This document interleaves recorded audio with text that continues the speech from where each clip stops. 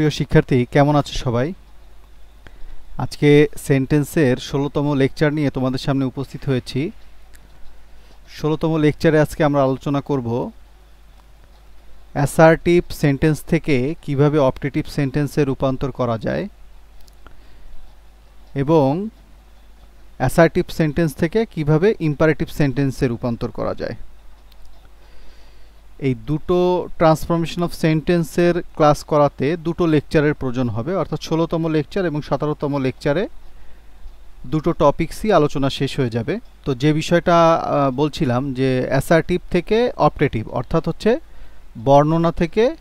বর্ণনা বা বিবৃতিমূলক বাক্য থেকে হচ্ছে আশীর্বাদ বা অভিশাপমূলক বাক্য তৈরি করা, আর একটা হচ্ছে বর্ণনা বা বিবৃতিমূলক বাক্য থেকে হচ্ছে অনুজ্ঞাসূচক বাক্য তৈরি করা, অর্থাৎ আদেশ, উপদেশ, অনুরোধ, এই টাইপের বাক্য তৈরি করা।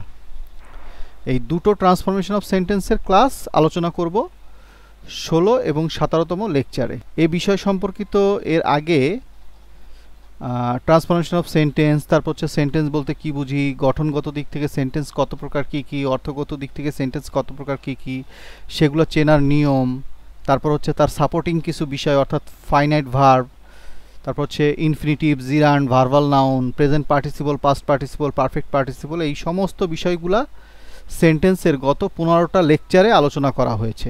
এই 16তম যে লেকচার এবং 17তম যে লেকচার পরপর 2 দিন আসবে। এই লেকচারের ভিডিও ডেসক্রিপশানে আমি আগের 15টা লেকচারের লিঙ্ক দিয়ে দিব। তোমরা যদি প্রয়োজন মনে হয় বা আগের লেকচারগুলো যদি তোমরা মিস করে থাকো তাহলে সেখান থেকে তোমরা দেখে নিতে পারো। তো আজ আর কথা না বাড়িয়ে চলো আমরা তাহলে আজকে 16তম লেকচার শুরু করি। শিক্ষার্থী ভাই বোনেরা, দেখো তোমরা স্ক্রিনে 16তম লেকচারে প্রথম দেখতে পাচ্ছ অ্যাসার্টিভ থেকে কিভাবে অপটেটিভ সেন্টেন্সে রূপান্তর করা যায়। খুব বেশি কঠিন না, এই একটাই মাত্র নিয়ম। বর্ণনা বা বিবৃতিমূলক বাক্য থেকে কিভাবে আশীর্বাদ অভিশাপমূলক বাক্য তৈরি করা যায় সেটাই আমরা শিখব। তো দেখো স্ক্রিনে নিয়মে কি বলছে দেখো। অ্যাসার্টিভ সেন্টেন্সকে অপটেটিভ সেন্টেন্সে রূপান্তর করতে হলে তোমাকে প্রথমে মে দিয়ে শুরু করতে হবে। বাক্যটা কি দিয়ে শুরু হবে? মে দিয়ে শুরু হবে। এখন প্রশ্ন হতে পারে, মে তো একটা অক্সিলারি ভার্ব, বাক্য যদি মে দিয়ে শুরু হয় তাহলে তো সেটা প্রশ্নবোধক বাক্য হতে পারে, অর্থাৎ প্রশ্নবোধক বাক্যের শুরুতে অক্সিলারি ভার্ব থাকে, হয় ডাব্লিউএস কোয়েশ্চেন থাকবে অথবা অক্সিলারি ভার্ব থাকবে। তো যেহেতু অ্যাসার্টিভ থেকে অপটেটিভ সেন্টেন্সে রূপান্তর করার ক্ষেত্রে প্রথমেই আমাকে কি করতে হবে? বাক্যে মে আনতে হবে। তাহলে কি বাক্যটা ইন্টারোগেটিভ কিনা? না, ইন্টারোগেটিভ না। এই কারণে তোমরা বুঝবা যে এই বাক্যের শুরুতে মে দিয়ে শুরু হলেও বাক্যের শেষে প্রশ্নবোধক চিহ্ন থাকবে না। বাক্যের শেষে প্রশ্নবোধক চিহ্ন থাকবে না, তাহলে সেটা তোমরা ধরে নেবা সেটা হলো অপটেটিভ সেন্টেন্স, অর্থাৎ আশীর্বাদ বা অভিশাপমূলক বাক্য। তাহলে কি বলছে দেখো, অ্যাসার্টিভ সেন্টেন্সকে অপটেটিভ সেন্টেন্সে রূপান্তর করতে হলে বাক্যের শুরুতে মে থাকবে, এরপরে তোমরা সাবজেক্ট বসাবা, অক্সিলারি ভার্ব তোমাদের বাক্যে মূল যেটা অ্যাসার্টিভ বাক্যে থাকবে সেটা উঠে যাবে, এরপরে বাক্যের বাকি অংশ যা থাকবে তাই বসাই দিবা। বাক্যের বাকি অংশ যা থাকবে তা বসাই দিবা। দেখো উদাহরণে কি বলছে, you will shine in life. You will shine in life, এটা হলো অ্যাসার্টিভ সেন্টেন্স। তো এটাকে যদি তোমরা অপটেটিভ সেন্টেন্সে রূপান্তর করতে চাও তাহলে বাক্যটা প্রথমে শুরু করবা হচ্ছে মে দিয়ে। দেখো প্রথমে মে বসাও, এরপরে বাক্যের সাবজেক্ট হচ্ছে ইউ, মে ইউ।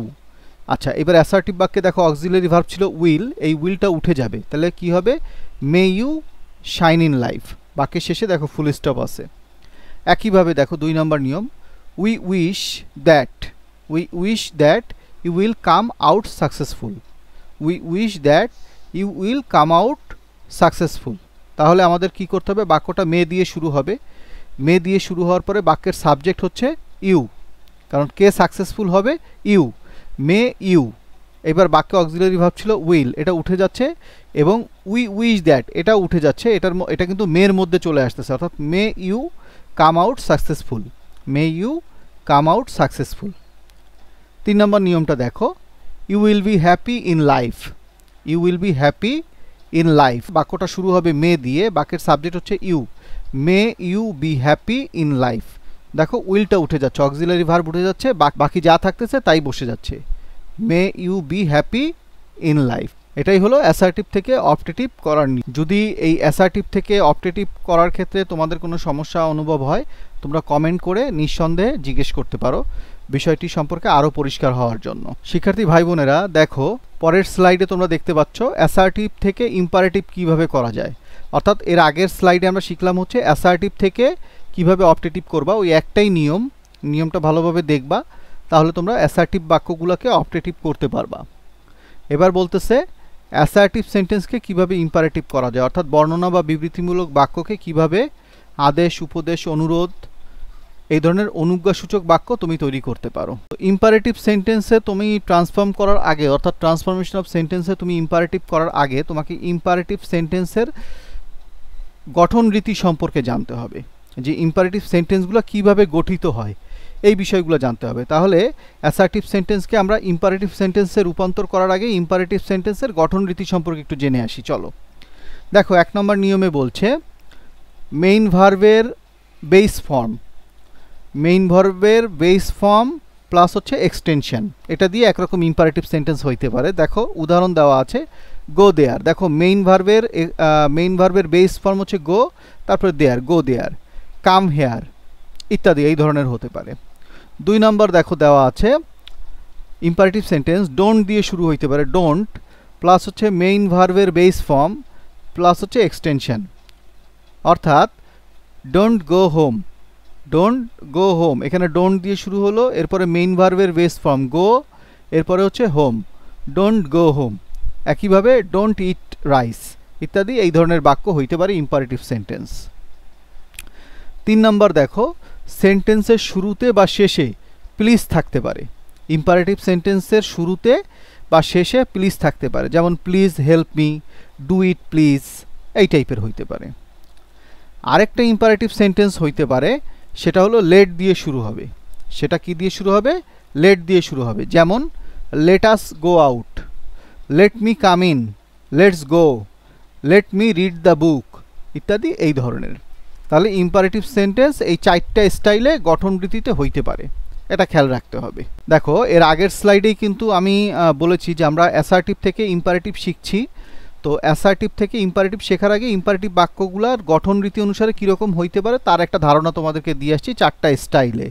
এবার আমরা সরাসরি ট্রান্সফরমেশন অফ সেন্টেন্সে চলে আসব, অর্থাৎ কিভাবে বর্ণনা বা বিবৃতিমূলক বাক্যগুলোকে কিভাবে ইম্পারেটিভ বাক্যে রূপান্তর করা যায় তার 1 নম্বর নিয়ম তোমরা এই স্লাইডে দেখতে পাচ্ছ। দেখো কি বলছে 1 নম্বর নিয়মে, বাক্যে বলতে অ্যাসার্টিভ সেন্টেন্সে যদি you, should, ought to, must, you plus should, ought to, must যে কোনো একটা থাকে, তাহলে তোমাকে কি করতে হবে? তাহলে তোমাকে ওইগুলো উঠাই দিতে হবে। অর্থাৎ বাক্যে you, should, ought to, must এগুলো থাকলে উঠাই দিবা, দিয়ে কি করবা? মেইন ভার্বের বেস ফর্মটা বসাবা, মেইন ভার্বের বেস ফর্ম বসাবা এবং বাক্যে বাকি যা থাকবে তাই বসাই দিবা। দেখো উদাহরণ দেখো, you should visit the country, you should visit the country. তোমাকে কি করতে বলা হয়েছে? ইউ শুড এই অংশটা তুলে দিবা, এই অংশটা তুলে দিয়ে দেখো উত্তর হবে শুধুমাত্র ভার্বের বেস ফর্ম, অর্থাৎ মেইন ভার্ব আছে এই বাক্যে ভিজিট, তাহলে ভিজিটই বসবে, ভিজিট দ্য কান্ট্রি, শেষ। একইভাবে 2 নম্বর উদাহরণটাতে দেখো, you must utilise your time properly, you must utilise your time properly, এখানে ইউ মাস্ট উঠে যাবে, তাহলে কি বসবে? দেখো utilise your time properly, utilise your time properly, utilise your time properly. 3 নম্বর উদাহরণটা দেখো, you ought to follow the rules of health, you ought to follow the rules of health, তাহলে তোমাকে কি করতে হবে? ইউ থেকে অট টু পর্যন্ত তুলে দিতে হবে, ইউ থেকে অট টু পর্যন্ত তুলে দিবা। কি করবা? শুধুমাত্র ফলো থেকে শুরু করবা, ফলো হচ্ছে এখানে মেইন ভার্ব, এই মেইন ভার্বের বেস ফর্ম ফলোই হবে, follow the rules of health, follow the rules of health. এটা হলো অ্যাসার্টিভ থেকে ইম্পারেটিভ করার 1 নাম্বার নিয়ম। শিক্ষার্থী ভাই বোনেরা লক্ষ্য করো, আমি বর্তমানে যে স্লাইডটা তোমাদের সামনে তোমরা দেখতে পাচ্ছ, এখানে তোমরা অ্যাসার্টিভ থেকে ইম্পারেটিভ করার 2 নম্বর নিয়মটি দেখতে পাচ্ছ। তো 2 নম্বর নিয়মটিতে কি বলছে দেখো, একটা জিনিস খেয়াল রাখবা, ইম্পারেটিভ সেন্টেন্স কিন্তু সবসময় আদেশ, উপদেশ, অনুরোধ এই টাইপের কিন্তু বুঝায়। আদেশ, উপদেশ, অনুরোধ এই টাইপের বুঝাবে। আকাঙ্ক্ষা যাই হোক, বাক্যে যদি তোমার দেখো 2 নম্বর স্লাইডে কি বলছে, 2 নম্বর নিয়মটাতে বাক্যে আই রিকোয়েস্ট ইউ টু, বাক্যে আই রিকোয়েস্ট ইউ টু অথবা ইউ আর রিকোয়েস্টেড টু, এই দুটো বিষয় যদি থাকে, অর্থাৎ অ্যাসার্টিভ সেন্টেন্সে মানে বর্ণনা বা বিবৃতিমূলক বাক্যে যদি আই রিকোয়েস্ট ইউ টু অথবা ইউ আর রিকোয়েস্টেড টু এই দুটো বিষয় থাকলে তোমাকে তা উঠাই দিতে হবে। তা উঠাই দিয়ে তোমাকে শুরু করতে হবে প্লিজ। প্লিজ দিয়ে মেইন ভার্বের বেস ফর্মটা বসাবা, এরপরে বাক্যে বাকি যা থাকবে তাই বসাই দিবা। ভালো করে খেয়াল করবা, বাক্যে অ্যাসার্টিভ সেন্টেন্সে যদি আই রিকোয়েস্ট ইউ টু অথবা ইউ আর রিকোয়েস্টেড টু এটা থাকলে তা উঠে যাবে, সেখানে প্রথমে প্লিজ বসাবা, এরপরে মেইন ভার্বের বেস ফর্ম বসাবা, তারপরে বাক্যে বাকি যা থাকবে তাই বসে যাবে। যেমন দেখো, I request you to come to my house, I request you to come to my house, অর্থাৎ আমি তোমায় অনুরোধ করি আমার বাসায় আসার জন্য, আসতে। দেখো এখানে টু কাম এটা কিন্তু ইনফিনিটিভের কাজ করছে। I request you to come, to come, টুর পরে ভি অন আছে, এই টু প্লাস ভি অন কিন্তু এটা ইনফিনিটিভের কাজ করছে। তাইলে তোমাকে নিয়ম অনুযায়ী বলতেছে কি, অ্যাসার্টিভ সেন্টেন্সে আই রিকোয়েস্ট ইউ টু এই অংশটা উঠে যাবে, আই রিকোয়েস্ট ইউ টু এই অংশটা উঠে যাবে, সেখানে বসবে হচ্ছে please. Please come to my house, please come to my house. একইভাবে এই বাক্যটা তুমি করতে পারো, এই প্লিজটা তুমি সবার শেষে নিয়ে যেতে পারো। কিভাবে করবা দেখো, এই যে অবলিক দিয়ে অথবা দিয়ে বোঝানো আছে, come to my house comma please, come to my house please. 2 নম্বর নিয়মটা দেখো, you are requested to do the work, you are requested to do the work, তোমাকে কাজটি করতে অনুরোধ করা হয়েছিল। তুমি যেটা যখন এটাকে ইম্পারেটিভ করবা, ইউ আর রিকোয়েস্টেড টু এই অংশটা উঠে যাবে, প্লিজ দিয়ে একটা কমা বসাবা, please do the work, please do the work. অথবা তুমি এটা করতে পারো, ডু দ্য ওয়ার্ক কমা দিয়ে শেষে প্লিজ বসাতে পারো। 3 নম্বর উদাহরণটাতে দেখো, I request you to pay attention to my speech, I request you to pay attention to my speech, অর্থাৎ আমার স্পিচে মনোযোগ দেওয়ার জন্য তোমায় অনুরোধ করি। এখানে আই রিকোয়েস্ট ইউ টু এই অংশটা উঠে যাবে, উঠে এখানে কি বসবে, প্লিজ দিয়ে কমা বসছে, please pay attention to my speech, please pay attention to my speech. এটা হলো 2 নম্বর নিয়ম। শিক্ষার্থী ভাই বোনেরা দেখো, অ্যাসার্টিভ থেকে ইম্পারেটিভ করার 3 নম্বর নিয়মটা তোমাদের সামনে উপস্থিত হয়েছে স্লাইডে। 3 নম্বর নিয়মে কি বলছে দেখো, বাক্যে you should not, ought not to, must not, you should not, ought not to, must not থাকলে তা উঠে যাবে, উঠে সেখানে তোমাকে কি ব্যবহার করতে হবে, ডু নট অথবা ডোন্ট, যে কোনো এক। মেইন ভার্বের বেস ফর্ম বসাবা, তারপরে বাক্যে বাকি যা থাকবে তাই বসাই দিবা। দেখো উদাহরণ দেখো, you should not play false with your friends, you should not play false with your friend, অর্থাৎ তোমার বন্ধুদের সাথে মিথ্যা খেলা করা উচিত না। এখানে ইউ শুড নট অংশটা উঠে যাবে, সেখানে তুমি ব্যবহার করবা don't, don't play false with your friends. দেখো ডোন্টের পরে ভার্বের বেস ফর্ম অর্থাৎ প্লের যে বেস ফর্মটা এটা বসলো, don't play false with your friends. 2 নম্বর নিয়মটা দেখো, you must not waste time in idleness, you must not waste time in idleness. তাহলে এই অংশ থেকে ইউ মাস্ট নট উঠে যাবে, ইউ মাস্ট নট উঠে সেখানে বসাবো হচ্ছে don't, don't waste time in idleness, don't waste time in idleness, অর্থাৎ অলসভাবে সময় নষ্ট করো না। উদাহরণটাতে বলছে, you ought not to mix with bad boys, you ought not to mix with bad boys, খারাপ ছেলেদের সাথে তোমার বা তোমাদের মেশা উচিত না। তাহলে এটা যদি ইম্পারেটিভ করো, তাহলে দেখো ইউ অট নট টু এই অংশটা উঠে যাবে, সেখানে তোমরা ব্যবহার করবা ডোন্ট মিক্স, মিক্স হচ্ছে এখানে মূল ভার্ব, এই মূল ভার্বের বেস ফর্মটাই বসবে don't mix with bad boys, অর্থাৎ খারাপ ছেলেদের সাথে মিশো না। এটা হলো অ্যাসার্টিভ থেকে ইম্পারেটিভ সেন্টেন্স করার নিয়ম প্রথম 3টা। মোট 6টা নিয়ম আলোচনা করব, তো 17তম লেকচারে বাকি 3টা নিয়ম নিয়ে আলোচনা করব। তো আজকের ক্লাসে আমরা কি কি শিখলাম, আজকের ক্লাসে আমরা শিখলাম হচ্ছে অ্যাসার্টিভ অর্থাৎ বর্ণনা বা বিবৃতিমূলক বাক্যকে কিভাবে আশীর্বাদ বা অভিশাপমূলক বাক্য রূপান্তর করব, অর্থাৎ অ্যাসার্টিভ থেকে কিভাবে অপটেটিভে রূপান্তর করা যায়।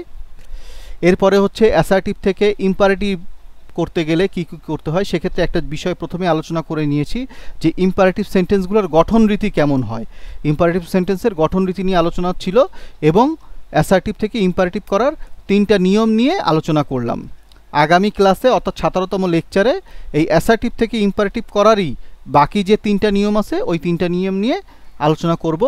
ততক্ষণ পর্যন্ত তোমরা সুস্থ থাকবে, ভালো থাকবে এই কামনায় আজকে 16তম লেকচার এখানে শেষ করছি। ধন্যবাদ সবাইকে।